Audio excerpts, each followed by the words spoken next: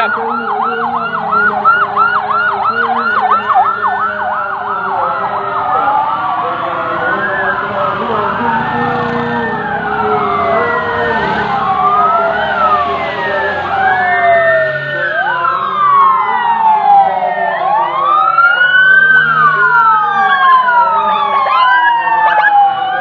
Syederalun, pertandingan Arema FC versus Persebaya Surabaya dengan skor 2-3 berakhir ricuh.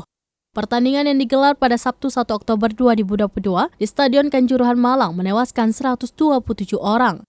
Beredar di media sosial pagi ini, iring-iringan mobil ambulan mengantar jenazah korban tragedi kerusuhan Kanjuruhan.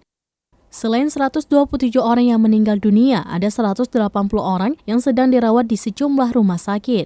Diduga kekalahan pertama Arema FC dalam 23 tahun terakhir menjadi penyebab kerusuhan tersebut.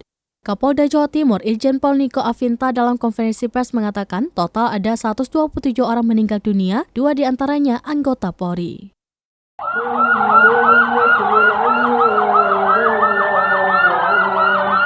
Siap.